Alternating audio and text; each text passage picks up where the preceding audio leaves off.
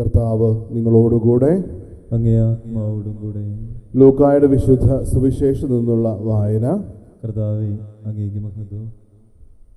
അക്കാലത്ത് യേശു തന്റെ ശിഷ്യന്മാരോട് അരുളി ചെയ്തു, ശത്രുക്കളെ സ്നേഹിക്കുവിൻ, നിങ്ങൾ ദ്വേഷിക്കുന്നവർക്ക് നന്മ ചെയ്യുവിൻ, ശപിക്കുന്നവരെ അനുഗ്രഹിക്കുവിൻ, അധിക്ഷേപിക്കുന്നവർക്ക് വേണ്ടി പ്രാർത്ഥിക്കുവിൻ. ഒരു ചെകിടത്തടിക്കുന്നവന് മറ്റേ ചെകിട് കൂടി കാണിച്ചു കൊടുക്കുക. മേലങ്കി എടുക്കുന്നവനെ കുപ്പായം കൂടി എടുക്കുന്നതിൽ നിന്ന് തടയരുത്. നിന്നോട് ചോദിക്കുന്ന ആർക്കും കൊടുക്കുക. നിന്റെ വസ്തുക്കൾ എടുത്തു കൊണ്ടുപോകുന്നവനെ തിരികെ ചോദിക്കരുത്. മറ്റുള്ളവർ നിങ്ങളോട് എങ്ങനെ പെരുമാറണമെന്ന് നിങ്ങൾ ആഗ്രഹിക്കുന്നുവോ അങ്ങനെ തന്നെ നിങ്ങൾ അവരോടും പെരുമാറുവിൻ. നിങ്ങളെ സ്നേഹിക്കുന്നവരെ നിങ്ങളും സ്നേഹിക്കുന്നതിൽ എന്ത് മേന്മയാണുള്ളത്? പാപികളും തങ്ങളെ സ്നേഹിക്കുന്നവരെ സ്നേഹിക്കുന്നുണ്ടല്ലോ. നിങ്ങൾക്ക് നന്മ ചെയ്യുന്നവർക്ക് നിങ്ങൾ നന്മ ചെയ്യുന്നതിൽ എന്ത് മേന്മയാണുള്ളത്? പാപികളും അങ്ങനെ ചെയ്യുന്നുണ്ടല്ലോ. തിരിച്ചു കിട്ടുമെന്ന് പ്രതീക്ഷിച്ച് വായ്പ കൊടുക്കുന്നതിൽ എന്ത് മേന്മയാണുള്ളത്? കൊടുക്കത്തിടത്തോളം തിരിച്ചു കിട്ടുന്ന പ്രതീക്ഷയിൽ പാപികൾക്ക് വായ്പ കൊടുക്കുന്നില്ലേ? എന്നാൽ നിങ്ങൾ ശത്രുക്കളെ സ്നേഹിക്കുവിൻ, തിരിച്ചു കിട്ടുമെന്ന് പ്രതീക്ഷിക്കാതെ മറ്റുള്ളവർക്ക് നന്മ ചെയ്യുകയും വായ്പ കൊടുക്കുകയും ചെയ്യുവിൻ. അപ്പോൾ നിങ്ങളുടെ പ്രതിഫലം വലുതായിരിക്കും. നിങ്ങൾ അത്യുന്നതൻ്റെ പുത്രന്മാരായിരിക്കുകയും ചെയ്യും. കാരണം അവർ നന്ദിഹീനരോടും ദുഷ്ടരോടും കരുണ കാണിക്കുന്നു. നിങ്ങളുടെ പിതാവ് കരുണയുള്ളവനായിരിക്കുന്നത് പോലെ നിങ്ങളും കരുണയുള്ളവനായിരിക്കുവിൻ. നിങ്ങൾ വിധിക്കരുത്, നിങ്ങളും വിധിക്കപ്പെടുകയില്ല. കുറ്റാരോപണം നടത്തരുത്, നിങ്ങളുടെ മേലും കുറ്റം ആരോപിക്കപ്പെടുകയില്ല. ക്ഷമിക്കുവിൻ, നിങ്ങളോടും ക്ഷമിക്കപ്പെടും. കൊടുക്കുവിൻ, നിങ്ങൾക്കും കിട്ടും. അമർത്തി കുലുക്കി നിറച്ചളന്ന് അവർ നിങ്ങളുടെ മടിയിലിട്ട് തരും. നിങ്ങൾ അളക്കുന്ന അളവ് കൊണ്ട് തന്നെ നിങ്ങൾക്കും അളന്നു കിട്ടും. കർത്താവിൻ്റെ സുവിശേഷം. ക്രിസ്തുവേ, അങ്ങേക്ക് സ്തുതി. ഈശ്വരത്തിന് സ്നേഹം നിറഞ്ഞവരെ, പലപ്പോഴും നമ്മുടെ ജീവിതം പരിശോധിക്കുമ്പോൾ ഓരോ സമയത്തും അല്ലെങ്കിൽ ഓരോ സാഹചര്യത്തിലും പലപ്പോഴും നമ്മളെ തന്നെ വിലയിരുത്താറുള്ളത്, ഞാൻ ആരെ സ്നേഹിക്കണം, അല്ലെങ്കിൽ ഒരു സ്നേഹിക്കുന്നതിൽ നിന്ന് എനിക്ക് എന്ത് നേട്ടമാണുള്ളതെന്നാണ്. പലപ്പോഴും ഈ ഒരു കാര്യം നമ്മൾ ആത്മന വിചാരിക്കുമ്പോഴും അല്ലെങ്കിൽ നമ്മുടെ ദൈനംദിന ജീവിതത്തിൽ പലപ്പോഴും ഈ ഒരു കാര്യം നമ്മൾ ചേർത്ത് വയ്ക്കുമ്പോൾ നമ്മൾ എപ്പോഴും ഓർക്കേണ്ട ഒരു കാര്യം, ലോകം പ്രതീക്ഷിക്കുന്ന ഒരു കാര്യം മാത്രമാണ് നമ്മൾ ഓരോരുത്തരും ചിന്തിക്കുക. പക്ഷേ അതിനപ്പുറത്തോട്ട് ക്രിസ്തുവിൻ്റെ മേലങ്കി അണിഞ്ഞുകൊണ്ട് നമ്മൾ ഓരോരുത്തരും ജീവിച്ച് മുന്നേറുമ്പോൾ ഈ പറഞ്ഞതുപോലുള്ള ഓരോ കാര്യങ്ങൾക്ക് പ്രതീക്ഷകളും നമ്മുടെ ജീവിതത്തിൽ വ്യത്യാസം വരുത്തണം. ഈ ഒരു ദിവസത്തിൽ നമ്മൾ വായിച്ചു കേൾക്കുക സമതലത്തിലെ തമ്പുരാൻ്റെ സുവിശേഷമാണ്, അല്ലെങ്കിൽ സമതല പ്രസംഗമാണ് നമ്മൾ ഈ ദിവസങ്ങളിൽ കേൾക്കുക. ലൂക്കായുടെ സുവിശേഷത്തിൽ മത്തായിയുടെ സുവിശേഷത്തിലുള്ളതുപോലെ തന്നെ മലയിലെ പ്രഭാഷണം അല്ലെങ്കിൽ ഗിരിയിലെ പ്രഭാഷണം എന്ന് പറയുന്നത് പോലെ തന്നെ സമതല പ്രഭാഷണത്തിലെ ഏറ്റവും പ്രധാനപ്പെട്ട ഭാഗങ്ങളാണ് നമ്മൾ ഓരോരുത്തരും വായിച്ചു കേൾക്കുക. അന്ന് ഒരു സമതല പ്രഭാഷണം തമ്പുരാൻ നടത്തുന്നത് അത്രത്തോളം തമ്പുരാനെ പിന്തുടരുന്നവർ അല്ലെങ്കിൽ തൻ്റെ ശിഷ്യന്മാരാകാൻ ആഗ്രഹിക്കുന്ന ഓരോ വ്യക്തികളുടെയും ജീവിതത്തിൽ അവർ സ്വീകരിക്കേണ്ട ഏതാനും കുറച്ച് കാര്യങ്ങൾ മാത്രമാണ്. നമ്മൾ ഓർക്കേണ്ട ഒരു കാര്യം, ഒരു യഥാർത്ഥ ക്രിസ്തു ശിഷ്യനായിട്ട് നമ്മൾ ഓരോരുത്തരും മാറുമ്പോൾ നമ്മുടെ ജീവിതത്തിലും നമ്മളും സ്വീകരിക്കേണ്ട കാര്യങ്ങളും ഇതൊക്കെയാണ്. ഞാൻ ആരൊക്കെ സ്നേഹിക്കണം, ആരൊക്കെ അനുഗ്രഹിക്കണം, ആരൊക്കെ ചേർത്ത് പിടിക്കണം. ഇപ്പോഴും ഓർക്കേണ്ട ഒരു കാര്യമാണ്, പലപ്പോഴും നമ്മുടെ ജീവിതത്തിൽ താഴ്വിടകൾ ഉണ്ടാകുമ്പോഴോ അല്ലെങ്കിൽ വ്യത്യസ്തകൾ ഉണ്ടാകുമ്പോഴും എപ്പോഴും തിരിച്ചറിയേണ്ടത് ഈ സ്നേഹം അത് ദൈവത്തിൽ നിന്ന് വരുന്നതാണ്.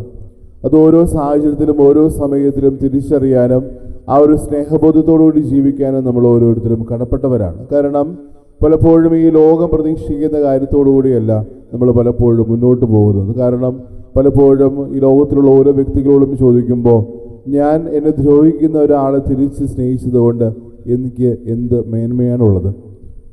സ്നേഹമുള്ളവരെ, പഴയ നിയമ കാലഘട്ടങ്ങളിലേക്ക് പോകുമ്പോഴും അല്ലെങ്കിൽ ലേഖന ഭാഗങ്ങളിലേക്ക് കടന്നു പോകുമ്പോഴും എല്ലായിടത്തും കാണുന്ന ഒരു കാര്യമുണ്ട്. അത്രയും നാളും നിലനിന്നിരുന്നൊരു കാര്യം പലപ്പോഴും തങ്ങളുടെ ജീവിതത്തിൽ സ്നേഹിക്കുക എന്നുള്ള കാര്യം അവർ ചേർത്ത് വെച്ചതാണ്. പക്ഷേ ആരെ സ്നേഹിക്കണമെന്നത് പലപ്പോഴും അവരുടെ സഹോദരന്റെ മാത്രമാണ്. അവരുടെ ജീവിതത്തിൽ അവരൊരു അയൽക്കാരനായിട്ട് കണ്ടത് അല്ലെങ്കിൽ അവരുടെ ജീവിതത്തിൻ്റെ ഭാഗമായിട്ട് കണ്ടത് പലപ്പോഴും ഒരു യഹൂദരൻ മാത്രമാണ്. പക്ഷേ അതിനപ്പുറത്തോട് സ്നേഹിക്കുന്ന ഒരു തലത്തിലേക്ക് അല്ലെങ്കിൽ സ്നേഹിച്ച് ചേർത്ത് പിടിക്കുന്ന ഓരോ വ്യക്തികളുടെയും ഗണം പലപ്പോഴും ചുരുക്കപ്പെട്ടതാണ്.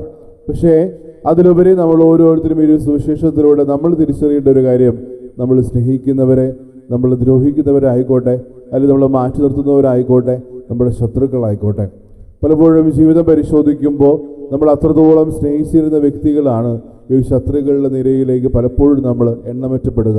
എന്തുകൊണ്ട്? ആ ഒരു മനുഷ്യനെ നമ്മൾ ശത്രുതയിൽ ഉളവാക്കുന്ന പോലും അവരെ സ്നേഹിക്കാൻ നമ്മുടെ ജീവിതം കൊണ്ട് തീരുമാനമെടുത്തുകൂടാ എന്നുള്ള കാര്യം കൂടി നമ്മളെപ്പോഴും ഓർക്കണം. ഒപ്പം ഈ ഒരു സുവിശേഷ ഭാഗത്തിൽ ഏറ്റവും പ്രധാനപ്പെട്ട ഒരു കാര്യമാണ് സുവർണ്ണ നിയമം. നമ്മുടെ ജീവിതത്തിൽ നമ്മൾ മറ്റുള്ളവരിൽ നിന്ന് എന്ത് ആഗ്രഹിക്കുന്നുവോ അതെന്തുകൊണ്ട് നമ്മുടെ ജീവിതം കൊണ്ട് അത് മറ്റുള്ളവർക്ക് ചെയ്തു കൊടുത്തുകൂടാ? കാരണം പലപ്പോഴും നമ്മുടെ ജീവിതത്തിൽ ഒരു സ്നേഹത്തിൻ്റെ പാരമ്യം എന്നോണം പലപ്പോഴും ലാഭേച്ഛയോടുകൂടി നമ്മൾ പലപ്പോഴും മറ്റുള്ളവരിൽ നിന്ന് ഓരോ കാര്യങ്ങൾ പ്രതീക്ഷിക്കുന്നുണ്ട്.